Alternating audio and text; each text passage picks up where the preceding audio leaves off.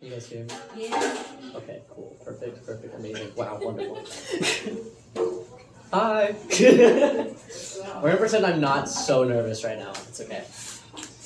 But hello, my name's Ezra Mitchell, if you didn't know that. So I actually started doing slam poetry just about a year ago now.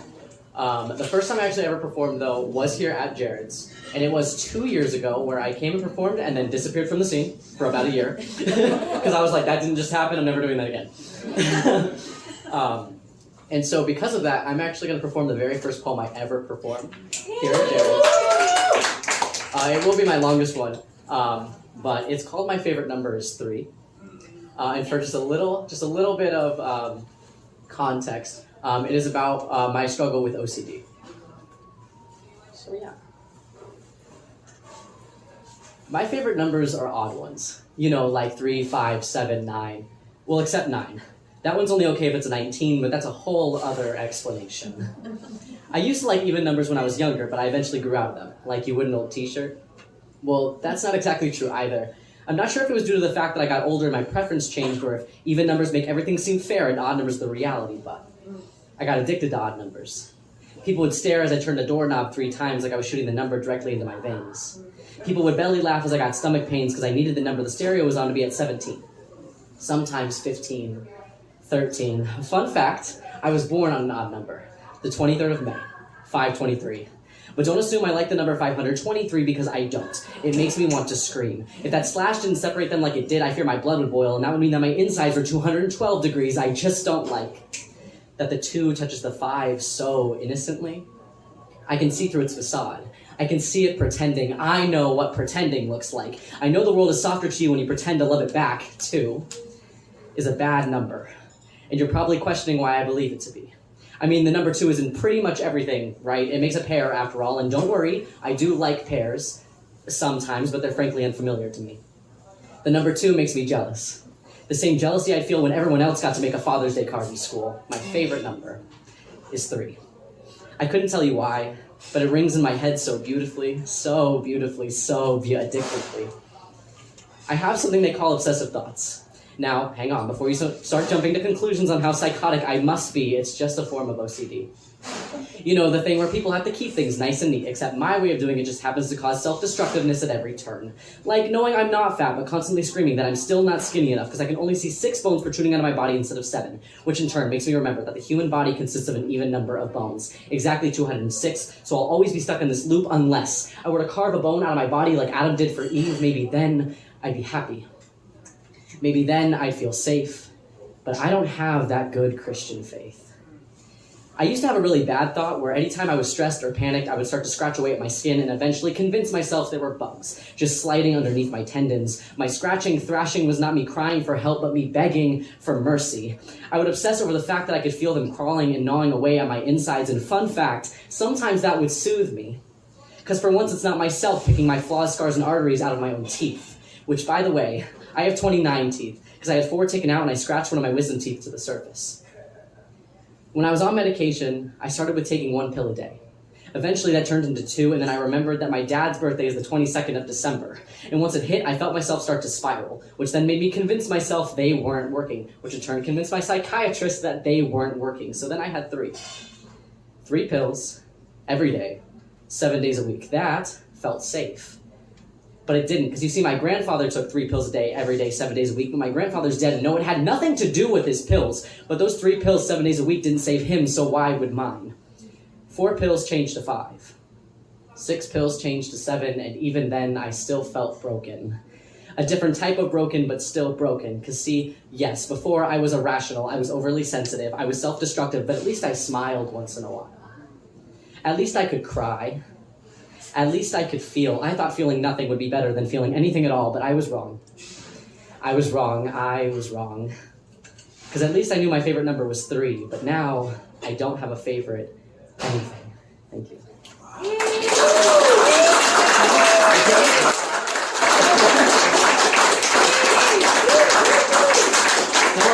Still alive. Still breathing. Cool. Okay, so this next one that I have, I actually just wrote it last week for you guys. It's called Kaleidoscope Eyes, and it's actually about me having autism. And so I thought I would try to somehow portray what it's like to live with autism through my own eyes for you guys, the best way that I could. So yeah, it's called Kaleidoscope Eyes. When you say right, I picture the color red. When you say left, I picture the color blue.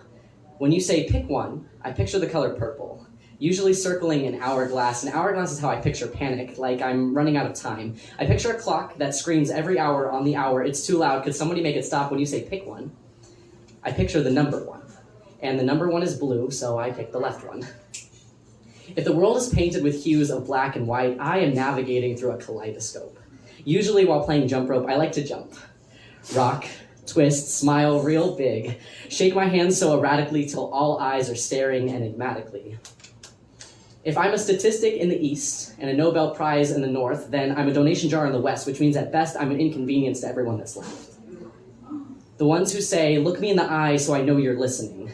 The ones limiting my ability, belittling my way of speaking what I'm feeling because you won't take the time to peel what's real out from underneath my tongue.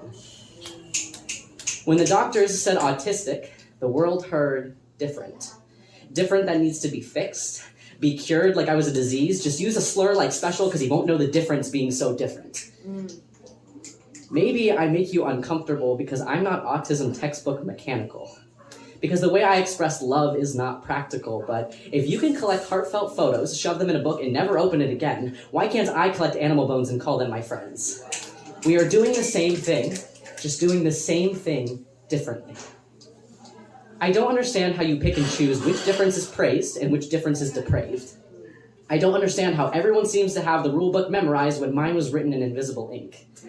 I don't understand why it's so weird to think in color and metaphor and so great to be seen as regular. You can agree to disagree, but I think we bring color to your black and white world. I think our neurodivergence was mistranslated as disturbance, but in reality, we are miraculous phenomenons. You may see us as weeds, but if dandelions grant wishes, then I'd call us dreamers. Believers, readers, teachers, incredible creatures, and each one of us is different. Not one of us the same. We were quite literally born to stand out. So when you say different, I picture warped rainbows and tangerine skies. Crunchy ice and hazel eyes, I picture stained glass and pretty rocks, black sand beaches and bone-deep talks. But when you say the same, there's nothing for me to imagine, except maybe a lack of passion. Thank you.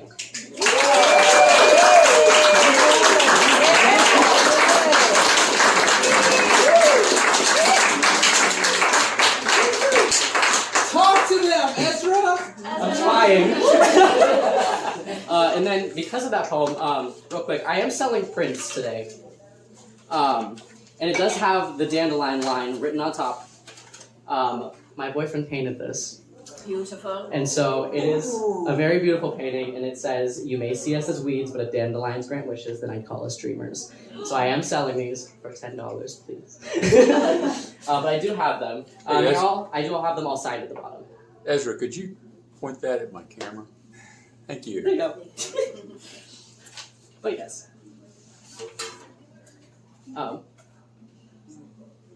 Okay, perfect. Speaking of the man that painted that picture, my boyfriend Dylan is sitting right there. Sorry, Dylan, I'm so sorry. Don't look at it. But being so very truthful, I wouldn't actually be standing here performing as much as I do without him. Before I started this, I grew up very agoraphobic. I actually would not leave my house for very long periods of time. And when I met him and I mentioned, I was like, I went to Jarrod's once. I did a poetry thing. He was like, you should keep doing that. And eventually he was like, I'll go with you. And so ever since, I come to Jarrod's almost every single Sunday to come perform. And so because of that, I wrote a poem for him that I'm going to perform that he hasn't heard yet. Did you hear sobs? No, you didn't. Didn't hear anything. Okay. I might cry, jeez. I often tell myself that I don't deserve you. Most often when I'm sitting in the shower, hoping the water will drown out the loneliness I cause myself to feel.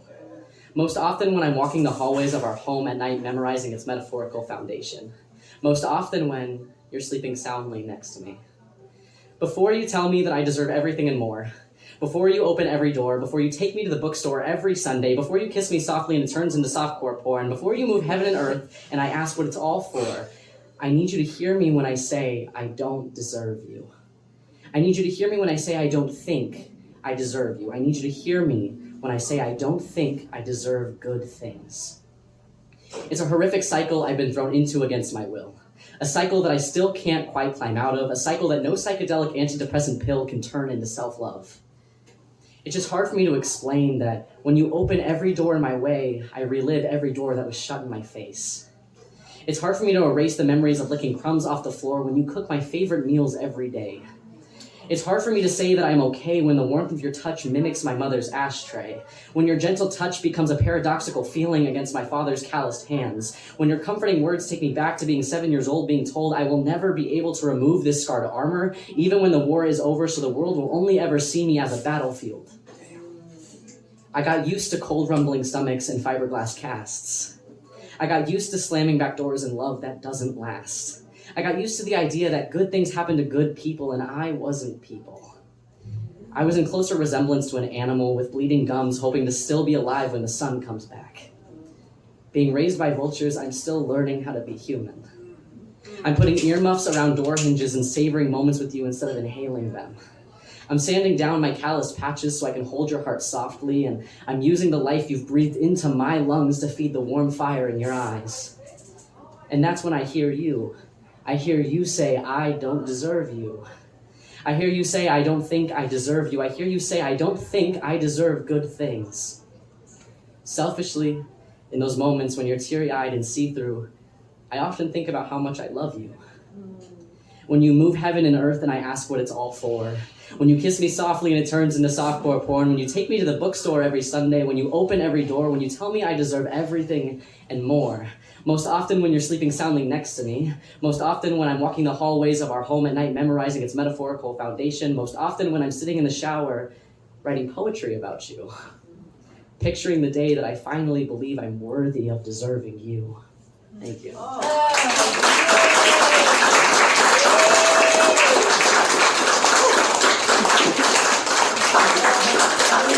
You doing okay?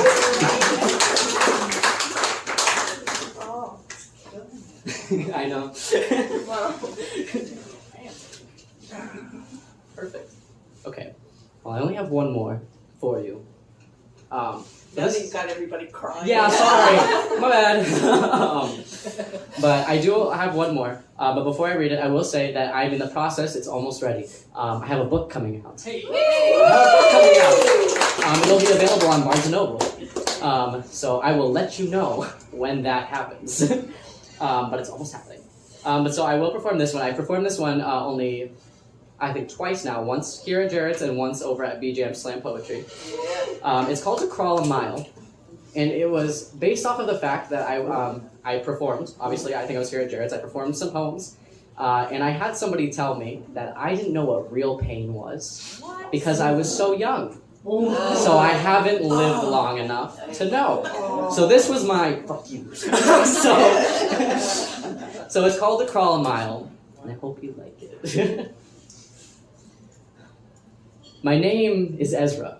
E-Z-R-A, not E-R-Z-A, Ezra. I don't spit it because I think you're unintelligent, but because it took me years to remember, which I know sounds weird, but when people don't call you by your name and instead refrain from seeing you as a human being, some things just tend to slip your brain. I'm 20 years old, and the other day someone told me, you're too young to know what real pain is. But when I was 4, I was 8. And when I was 8, I was 12. And when I was 12, I was 20. And being 20, I'm actually 58. I've lived a million lives you wouldn't realize by only seeing me at face value. I hear the whispers. I hear the chatter. I hear you say I'm no strapper. I hear strangers say I dress with no swagger. And I hear my mom say that I don't matter. I'm never described as the life of the party, but maybe the faint pulse of a therapy session. I'm happy to sit and walk people through their depression, listen as they vent about their regression, because I'd rather have your words fill my head than to have to sit in silence with my internal aggression. Oh, but I couldn't hurt a fly, right? I'm small and skinny. I've been described as, well, stringy. I have a soft smile and quiet eyes, but I am not what that implies. My knuckles are stained red. My skin reeks of antiseptic. Police sirens were my lullabies. I'm shocked I'm not epileptic. Still got glass shards and playing cards lodged inside my spinal cord. I fought my daddy tooth and nail till my head was kicked into the baseboard. At age 4, I lived in a metal kennel, and I wish I was speaking metaphorically. I spent years questioning if my life was written to end allegorically, but what was I supposed to learn morally without a bedtime story already feeling grown? I didn't know. So I just prayed that someday someone would throw this dog a fucking bone. I used to hide in my closet when the world was too loud, when the gunshots would ring through the walls of my house. I'd cradle myself tightly with feeble effort. It's the reason I will always trust animals more than people. My joints all ache. I have a shaky stance. My knees still squeak, but would you look at me dance? I find my purpose when I write in ink. I believe flowers understand what I think, and my favorite color in the whole wide world is pink. Seeing people smile brings me peace. Laughter makes my dopamine increase, and I'm bad at finding near rhymes for the word peace. I try to make every living, breathing thing into art so it may be seen and recognized with the heart it deserves. And if you've learned nothing from this poem, I hope you take one thing away. My name is Ezra. E-Z-R-A, not E-R-Z-A. Thank you.